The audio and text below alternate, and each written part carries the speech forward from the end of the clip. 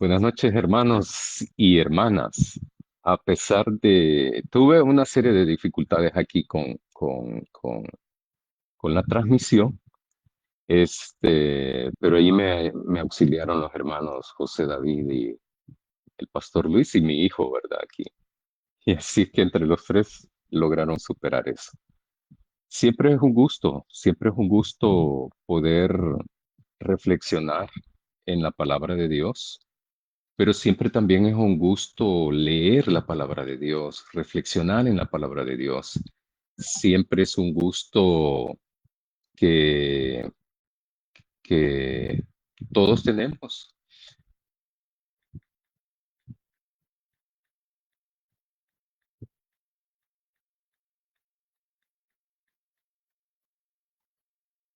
Todos tenemos porque en la palabra de Dios solamente voy a enviarle al pastor Luis que ya estoy transmitiendo.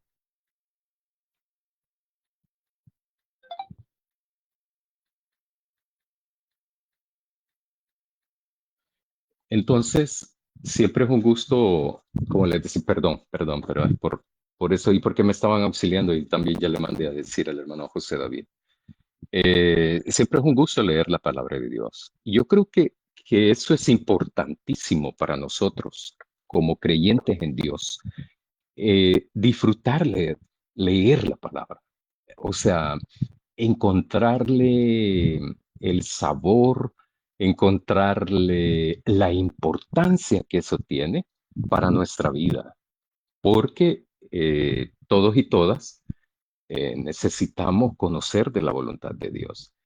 En este sentido, entonces, quiero invitarles que oremos para poder entonces iniciar este devocional de ahora.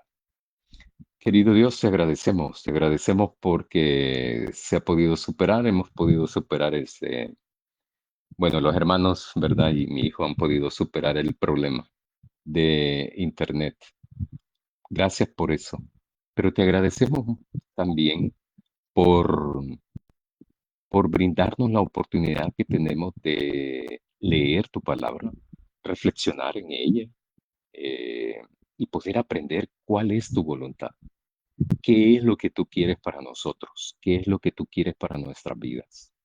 En este sentido, Señor, queremos agradecerte esto. Amén. Eh, el día de ahora vamos a terminar de estudiar, de reflexionar en el, en el segundo capítulo de la epístola de Juan. ¿Qué es lo que hemos visto hasta ahora? En los dos, en el capítulo uno y parte del capítulo 2. Uno, lo primero que vimos fue que Juan en la carta le dice a los creyentes destinatarios, a la comunidad de fe destinataria, dice que Dios es luz y Dios, por ser luz, no tiene nada que ver con las tinieblas, no tiene nada que ver con eso. O sea, nadie puede vincular a Dios eh, con la luz y con las tinieblas. Y en eso Juan es muy enfático. Dios entonces solamente está relacionado, solo tiene que ver con la luz, con todo aquello que nos puede posibilitar esa luz. Eh, en un tiempo en el Antiguo Testamento se creía que Dios daba la enfermedad y también Dios daba la salud. Era una forma de entender a Dios en aquella época. Pero Juan, en la epístola y a los destinatarios de la epístola, es muy enfático en eso. Dios es luz. Todos, también la segunda cosa que quiero destacar es que lo que hemos visto ahora es que todos somos pecadores. Todos los seres humanos somos pecadores. Todos. No hay ninguna persona que no sea pecador. El único que existió aquí, y lo digo de esa manera porque más adelante vamos a decir algo, voy a decir algo. Lo que estaba diciendo es que hay varias cosas, varias ideas que he mencionado en los jueves anteriores. Una, que Dios es luz y que no tiene nada que ver con las tinieblas. Lo segundo, que la clave, lo medular, es que nos apartemos del pecado. Todos los creyentes todos los creyentes en Dios, todos los creyentes en Jesús debemos de apartarnos de eso, del pecado, vencer todo eso, sobreponerse a todo eso y no al revés, de que el pecado nos controle la vida. Todos somos pecadores. Por cuanto todos somos pecadores, eso significa entonces que eh, tenemos que, eh, tenemos que separarnos del pecado. La cuarta cosa que estaba mencionando es que hay que tener cuidado, ¿verdad? Con eso. Nosotros tenemos que apartarnos del pecado, o sea, no pecar más. Ese es nuestro esfuerzo, eso es nuestra lucha, nuestro esfuerzo, nuestro propósito es no pecar. ¿En qué aspecto? En lo que sea, en lo que sea. Sin embargo, si pecamos, debemos de tener la firme convicción de que también Jesucristo es como nuestro intercedor, nuestro abogado, dice Juan en su epístola. Entonces, obtenemos el perdón de nuestros pecados a través de Jesús. Un cristiano y una cristiana responsable se esfuerza al máximo de andar pendientes de sí mismo, no de los demás. Toda persona creyente en Dios, creyente en Jesús, tiene que estar pendiente de sí mismo, de sí misma. ¿Para qué? Para no pecar. Despiertos, también debemos de estar todos despiertos, alertas, pero también conscientes de nosotros mismos, de todo lo que pasa a nuestro alrededor. ¿Para qué? Para no pecar, ¿verdad? Y estar así.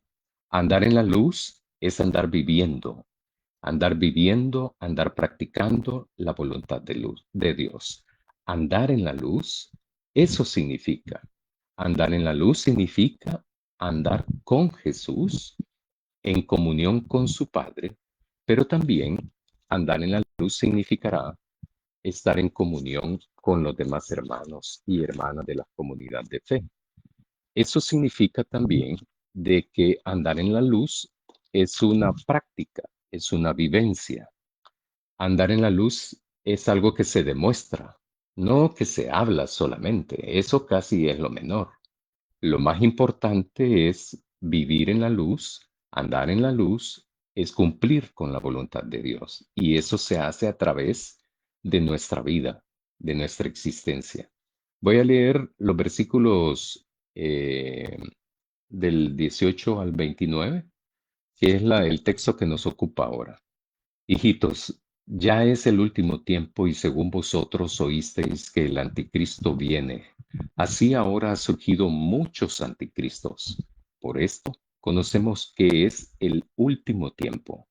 Salieron de nosotros, pero no eran de nosotros, porque si hubiesen sido de nosotros, habrían permanecido con nosotros. Pero salieron para que se manifestase que no todos son de nosotros. Pero vosotros tenéis la unción del Santo y conocéis todas las cosas. No os he escrito como si ignoréis la verdad, sino porque la conocéis, porque ninguna mentira procede de la verdad. ¿Quién es el mentiroso? Sino el que niega que Jesús es el Cristo. Este es anticristo, el que niega al Padre y al Hijo. Todo aquel que niega al Hijo, todo aquel que niega al Hijo, tampoco tiene al Padre. El que confiesa al Hijo, tiene también al Padre. Lo que habéis oído desde el principio permanezca en vosotros. Si lo que habéis oído desde el principio permanece en vosotros, también vosotros permaneceréis en el Hijo y en el Padre. Y esta es la promesa que Él nos hizo, la vida eterna. Os he escrito esto sobre los que os engañan, pero la unción que vosotros recibisteis de Él permanece en vosotros y no tenéis necesidad de que nadie os enseñe. Esto es importante, ¿verdad? Así como la unción misma os enseña todas las cosas y es verdadera y no es mentira. Según ella os ha enseñado, permaneced en Él. Y ahora, hijitos, permaneced en Él para que cuando se manifieste, tengamos confianza de que en su venida no nos alejemos de Él avergonzados. Si sabéis que Él es justo, sabed también que todo el que hace justicia es nacido de él. Ese texto tiene un título de la editorial, eso no aparece en el original, ¿verdad? Pero las editoriales le van poniendo esos subtítulos, ustedes ya lo saben, ¿verdad? Anticristo. Hay corrientes teológicas que plantean una figura extraordinaria, de dimensiones mundiales, que nos afectará a todos, a todas las personas. Principalmente va a afectar a todas las personas que tenemos fe en Dios, tenemos fe y esperanza en Jesucristo. A mí, cuando estaba estudiando, preparando pues esta reflexión, me puse a investigar también cuántas veces aparece la palabra anticristo. Solamente aparecen en estos textos, en la primera carta, epístola de Juan, capítulo 2, el versículo 18 y el versículo 22. Y voy a leer también lo demás. En la misma epístola primera de Juan, en el capítulo 4, aparece la segunda vez esta palabra. Versículo 3, que dice, y todo espíritu que no confiesa que Jesucristo ha venido en carne, no es de Dios. Y este es el espíritu del anticristo, el cual vosotros habéis oído que viene y que ahora ya está en el mundo. ¿Qué es lo que Juan está diciendo en el capítulo 2, verdad? La próxima, el próximo es la segunda epístola de Juan, el versículo 7. Dice, porque muchos engañadores han salido por el mundo que no confiesan que Jesucristo ha venido en carne. Quien esto hace es el engañador y el anticristo. Entonces, esos son los únicos textos que aparecen, la palabra anticristo en el Nuevo Testamento.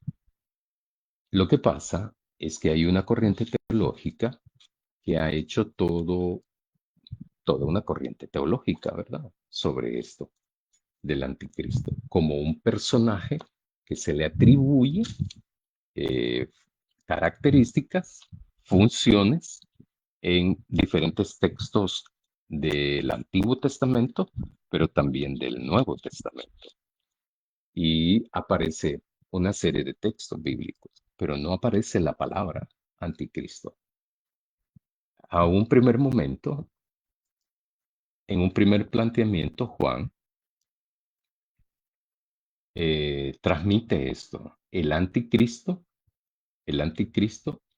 no es solamente una figura singular, como yo decía anteriormente, extraordinaria o de dimensiones mundiales, que va a surgir un personaje, porque me imagino que es hombre, ¿verdad? Entonces, o un personaje, llamémosle mejor.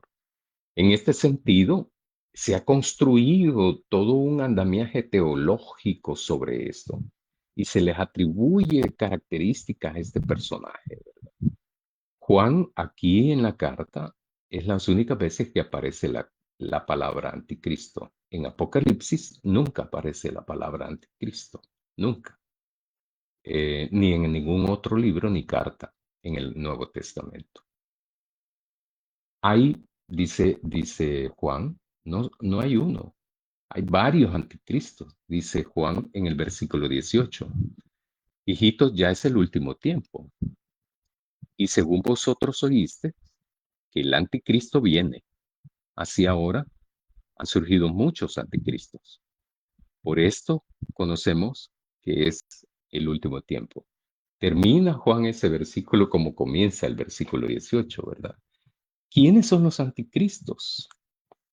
En el versículo 22, el que niega a Jesucristo, dice Juan.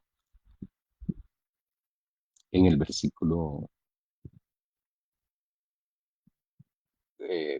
3 del capítulo 4, todo espíritu que no confiesa que Jesucristo ha venido en carne no es de Dios. En el versículo 7 de la segunda epístola de Juan, dice, los que no confiesan que Jesucristo ha venido en carne nuevamente. Anticristo puede interpretarse por lo menos de dos maneras, que ambas son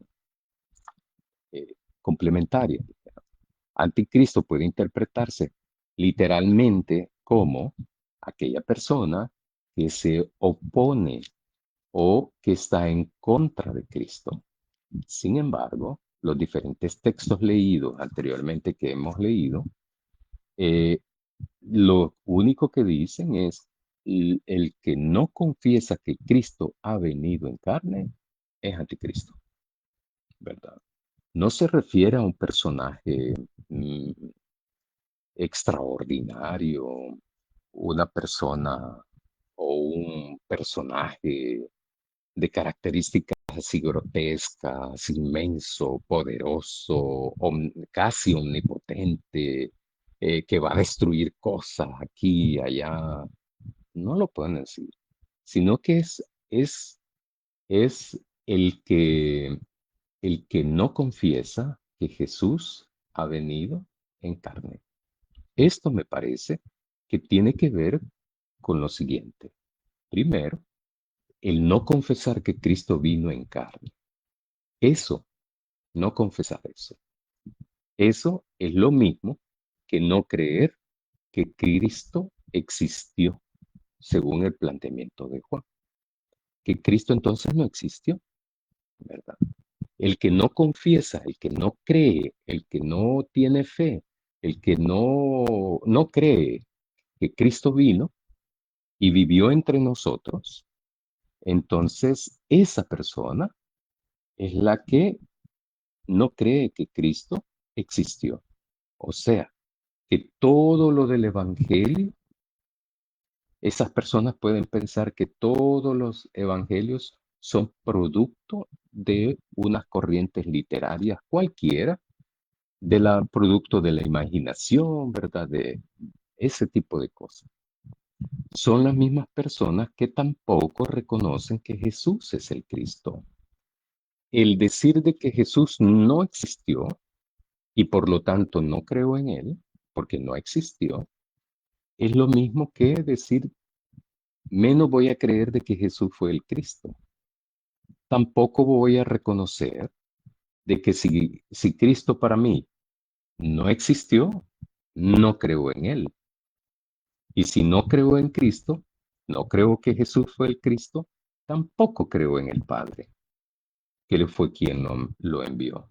Juan profundiza un poco lo que ha mencionado anteriormente. Juan ha hecho mucho énfasis en la comunión que se experimenta entre Dios Padre y Jesús Hijo. Esa comunión, ¿verdad? Ha hecho énfasis Juan en el capítulo 1 y parte del capítulo 2, pero también aparece que Juan profundiza esta comunión y Juan también dice de que la comunidad creyente, la comunidad de Cristo, la comunidad de hombres, mujeres, jóvenes, niños, los creyentes en Jesús, la comunidad de fe, tenía que experimentar una unidad, una comunión entre sí misma. Esto es fruto y producto también de que esta comunidad está también en comunión con Padre, Dios Padre y Jesucristo. Y entonces en los versículos anteriores, eso es lo que está planteando Juan con cierto énfasis. El creer no solamente que Jesús vino a este mundo, el creer que Jesús vino, pero también que vivió como un hombre de carne y hueso, creer eso, eh, que anduvo, por ejemplo, por las diferentes regiones del territorio en Galilea, Samaria, Judea, ¿verdad? Creer eso,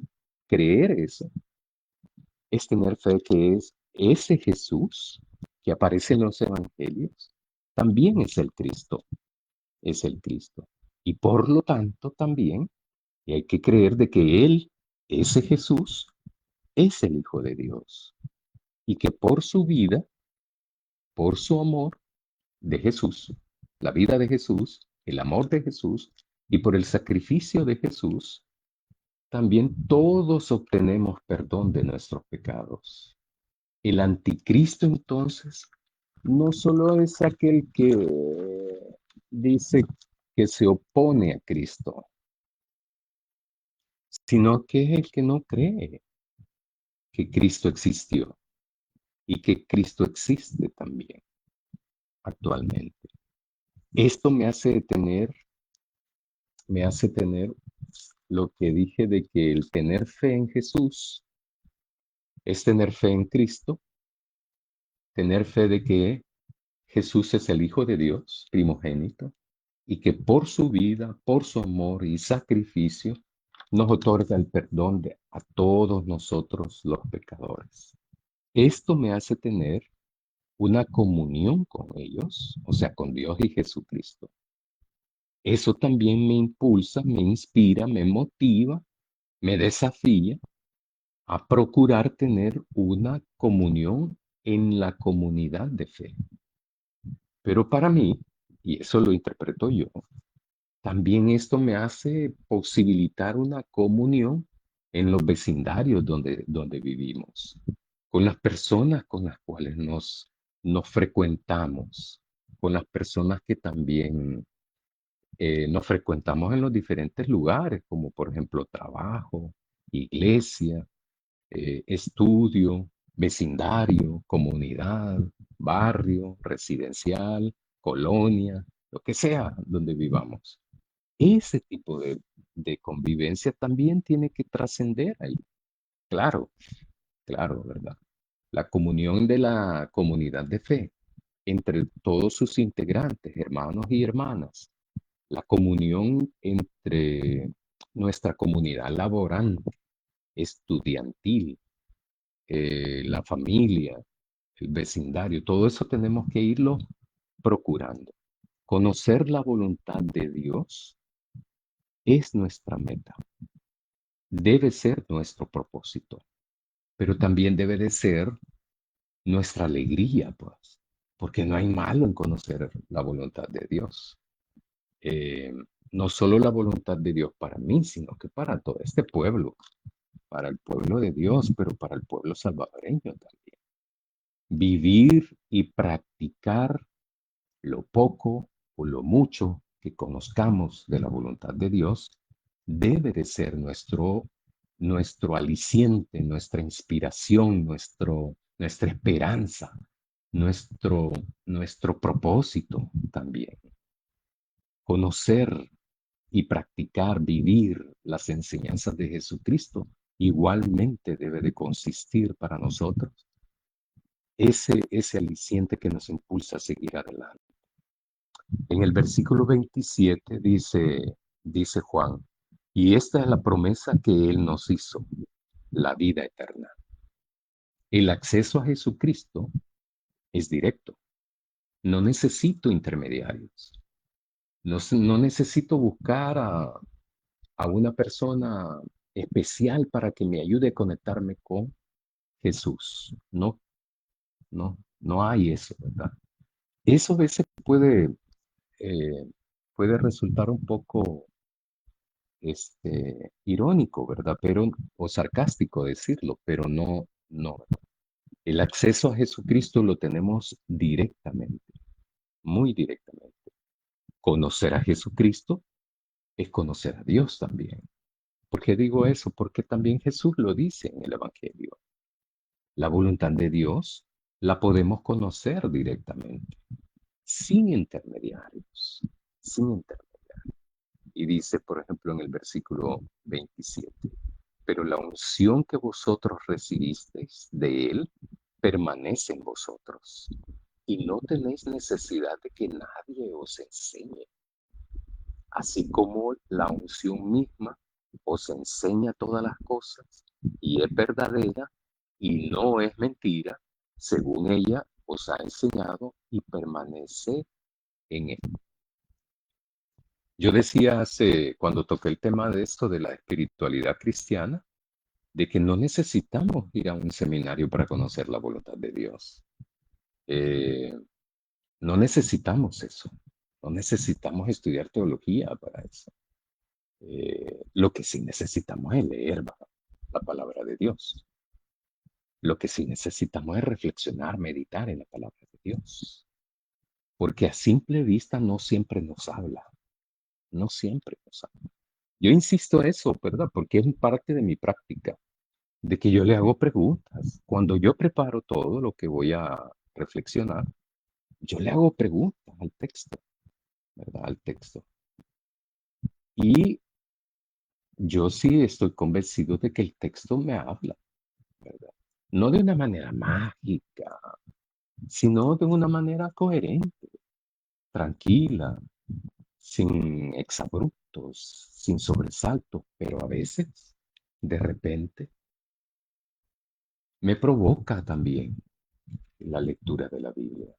Me provoca cambios en mi forma de pensar, en mi forma de abordar mi relación con Dios. También me provoca cómo me desafía muchas veces de cómo puedo identificar a Dios en la realidad salvadoreña. Porque yo sí que estoy convencido de que Dios está en todas partes, ¿verdad? En todas partes está Dios.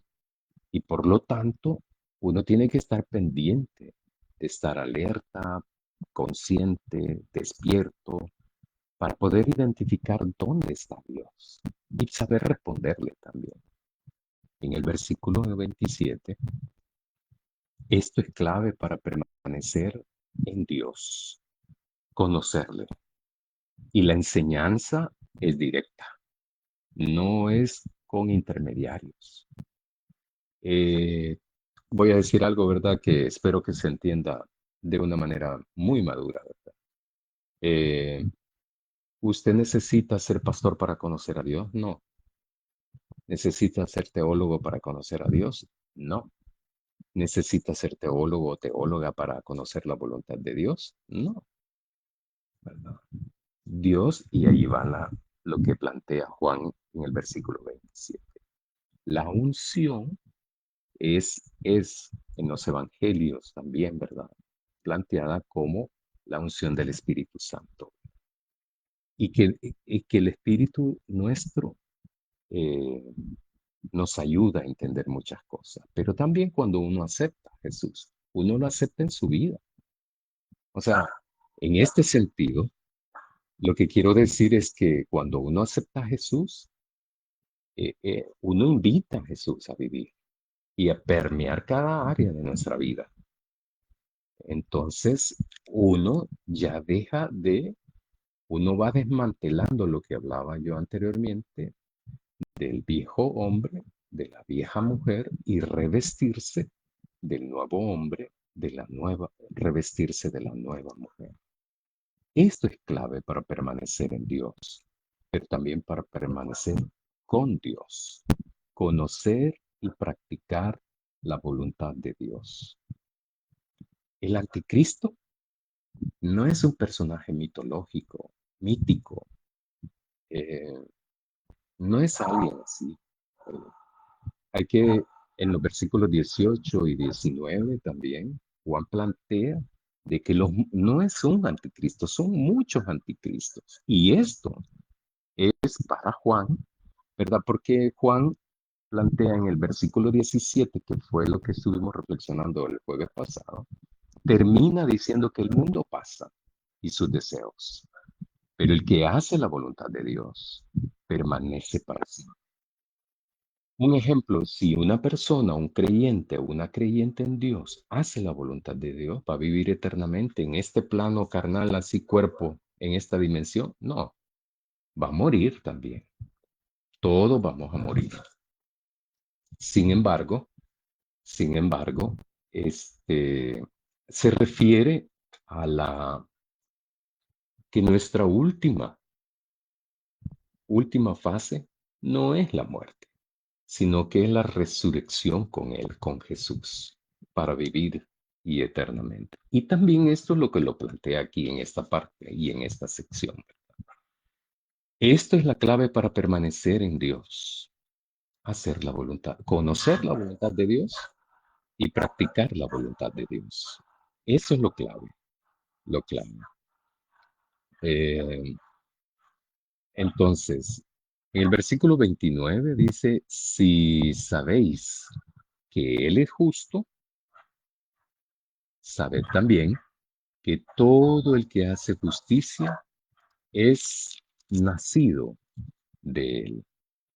Hay que ser justo porque sabemos, ¿verdad? Sabemos que Jesús fue justo.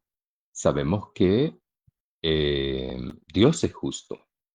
Por lo tanto, nosotros, si creemos en Él, tenemos que ser justos también. Eh, y eso es por eso decía yo hace como 10 minutos más o menos. Aquí Juan profundiza esa comunión. La comunión dice, porque aparecen varios textos ahí, versículos que dice él, nadie puede decir que ama, que está en comunión con Dios, que está en la luz y no ama al hermano, ¿verdad? Sino que hay toda una correlación, hay una concatenación también en cuanto a esto. Y él termina este capítulo 2. Hay que ser justos, porque sabemos que Dios, Jesús, es justo. Hay que practicar la justicia, porque Jesús fue justo y practicó la justicia. Dios también es justo. No, no se trata de hacer nuestra justicia, sino que tenemos que averiguar cuál es la justicia de Jesús, cómo se comportó Jesús en diferentes ocasiones para ir aprendiendo cómo comportarme yo en este contexto del siglo XXI. ¿Hay cosas que se asemejan? Sí, por supuesto. Eh, ¿Hay cosas que no se asemejan? Sí, por supuesto, pero el valor ahí está. Y el valor se puede concretar en diferentes contextos.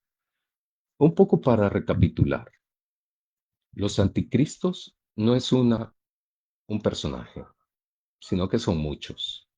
Y han existido desde la época en que Juan escribió la epístola.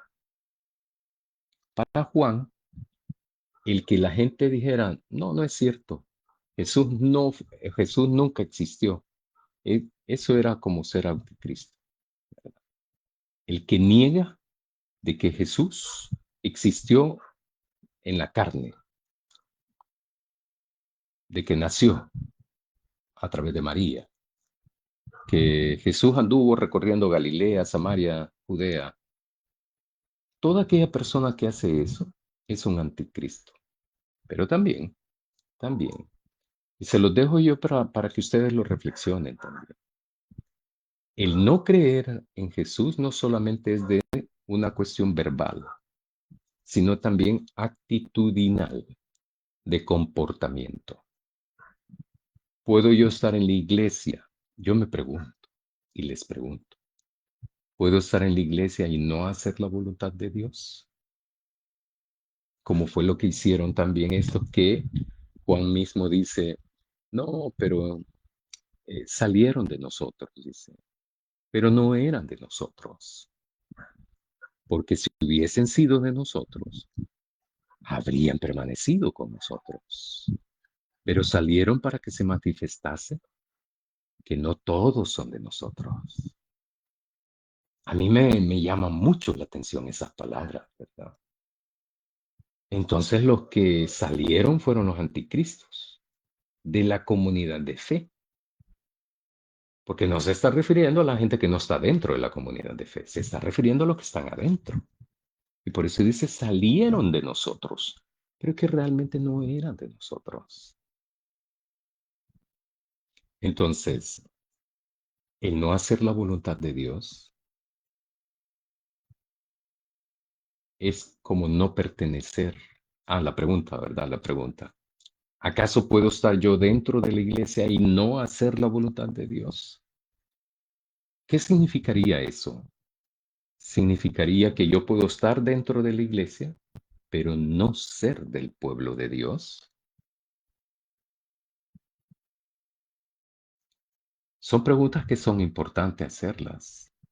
¿Para qué? Para tener una conciencia realmente. Juan hace énfasis en comunión, no una simple unión, sino una comunión entre Jesús y Dios Padre, su Padre. Hay una comunión, pero dentro de la comunidad de fe debe existir una comunión. Y esta comunión de la congregación, de los creyentes, de las creyentes, es el reflejo de tener una comunión con Jesús y con Dios. Yo creo que eso es producto de una reflexión, es producto también de que la voluntad de Dios la conozco, la conocemos, pero también la vivimos todos los días de nuestra vida, todos los días de nuestra vida, todas las horas de nuestra vida. Hacer la voluntad de Dios es algo que debe de constituirse en nuestra forma de ser. Y yo repito el ejemplo ese que aparece, ¿verdad? En el Nuevo Testamento, eso de revestirse de una nueva forma de ser, porque uno nace de nuevo, o sea, tiene el chance, la oportunidad de transformarse, de que Dios lo transforme a uno, de que se deje guiar uno por el Espíritu de Dios, de que ya no vivo yo, ¿verdad? Sino que Jesús vive en mí, Cristo vive en mí, y por lo tanto yo debo de reflejar eso con cada hermano, con cada hermana, con cada persona que me voy encontrando, con cada persona con la cual interactúo, con cada familiar que yo tengo, con cada persona que tengo contacto, con cada vecino, vecina, ¿verdad? La convivencia humana, las relaciones humanas son difíciles, difíciles, porque cada quien tiene su carácter, cada quien tiene su personalidad y por lo tanto a veces estos caracteres y personalidades chocan, ¿verdad? Con otros, son antagónicos, son nada reconciliables, son difíciles, pues, ¿verdad? Yo creo que todos los seres humanos somos complejos. No hay ningún ser humano que no sea complejo. Pero, pero cuando uno toma la decisión de asumir un compromiso con Jesús, de creer de que Jesús vivió en este mundo y está vivo y presente ahora, solo que de otra forma. El creer eso, el leer, por eso decía yo al principio, ¿verdad? Leer la palabra de Dios debe de constituirse en una cosa buena, en algo bueno, en algo bonito, porque de allí depende mi relación con Dios. Depende de mi interacción con la palabra de Dios, depende mi relación con Dios y mi relación con la comunidad de fe o con mis demás semejantes seres humanos. La oración es otra. La oración es importante. No es obligación, ¿verdad?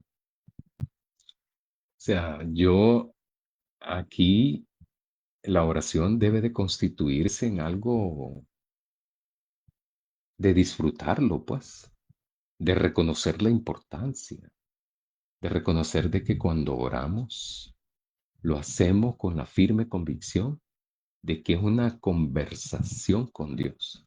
Por eso hay que dejar chance para el silencio, ¿verdad? Para que Dios le hable a uno a través de diferentes formas y maneras. Porque si hay alguien creativo es Dios, ¿verdad? Si no hay que ver la creación. Eh, en este sentido, hermanos y hermanas, Juan lo que está planteando es que han existido una cantidad incontable de anticristos y siguen habiendo hasta la fecha. Seguirán surgiendo en el futuro, ¿verdad? Hasta que Cristo venga. El anticristo es eso, negar de que Jesús vivió y por lo tanto negar de que Dios también existió y existe. En este sentido, anticristo, los que plantea Juan en la epístola, surgen de la congregación, rechazan a Jesús y se van. Pero el rechazo a Jesús, anteponerse a los planes de Dios, al reino de Dios, también puede constituirse en una persona como parecida al anticristo, ¿verdad? Negar de que Dios existe, de que Jesús existe, de que Jesús estuvo en la carne también, en este plano humano. Queridos hermanos y hermanas, ahora lo importante es destacar esto. Acceso a Jesucristo es directo. No tenemos necesidad de ningún intermediario. Conocer a Jesucristo también es conocer a Dios. ¿Cómo conocemos a Dios? Conociendo a Jesús. La voluntad de Dios la podemos conocer de manera directa, sin intermediarios, directamente. Y por lo tanto, lo mucho o lo poco que conozcamos de la voluntad de Dios, hay que vivirlo en nuestra vida. Hay que practicarlo en nuestra vida. Por lo tanto, tarea nuestra es conocer la voluntad de Dios, reflexionar en la palabra de Dios, descubrir cuál es la voluntad de Dios y hacerla, vivirla. El que ocurre eso es el que, toda aquella persona que hace eso, todo aquel creyente que hace eso, toda aquella persona creyente que hace eso, es el que permanece y permanecerá siempre con Dios y en Dios. Y lo último, termino con esto. Hay que practicar la justicia porque Jesús es justo. No fue justo. Sí fue justo, pero también es justo actualmente. Hay que practicar la justicia porque Dios es justo también. No nuestra justicia, la justicia de Dios. ¿Cuál es la justicia de Dios? En la palabra de Dios podemos descubrirla. Oremos, hermanos y hermanas. Querido Dios, te agradecemos. Agradecemos la oportunidad que tenemos de accesar a ti a través de nuestro Señor Jesucristo, sin intermediarios, sin ninguna persona que pueda robarnos el placer y la dicha de comunicarnos directamente contigo. Queremos agradecerte por todos los hermanos y hermanas que han estado involucrados en la planificación, en la organización y estarán involucrados también en la ejecución del Día de la Libertad en Cristo. Con cada tarea que se haga, con cada esfuerzo que se haga, con cada actividad, con cada gesto que se realice, hay que tener la convicción de que lo hacemos porque creemos firmemente en ti, de que tú eres nuestro Dios, pero que también nuestro Señor Jesucristo, a través de su vida y de su sacrificio, nos liberó para no tener mayores intermediarios y para tener una permanencia en Dios que es desde ahora y para siempre. Que toda la actividad del sábado del Día de la Libertad en Cristo sea de bendición para todas las personas que van a participar de un ministerio o de otro, pero también para todas las personas que asistan, que sean invitadas de las diferentes iglesias, para que puedan ser bendecidas a través de esta celebración del Día de la Libertad en Cristo. Por nuestro Señor Jesucristo. Amén. Buenas noches, hermanos y hermanas.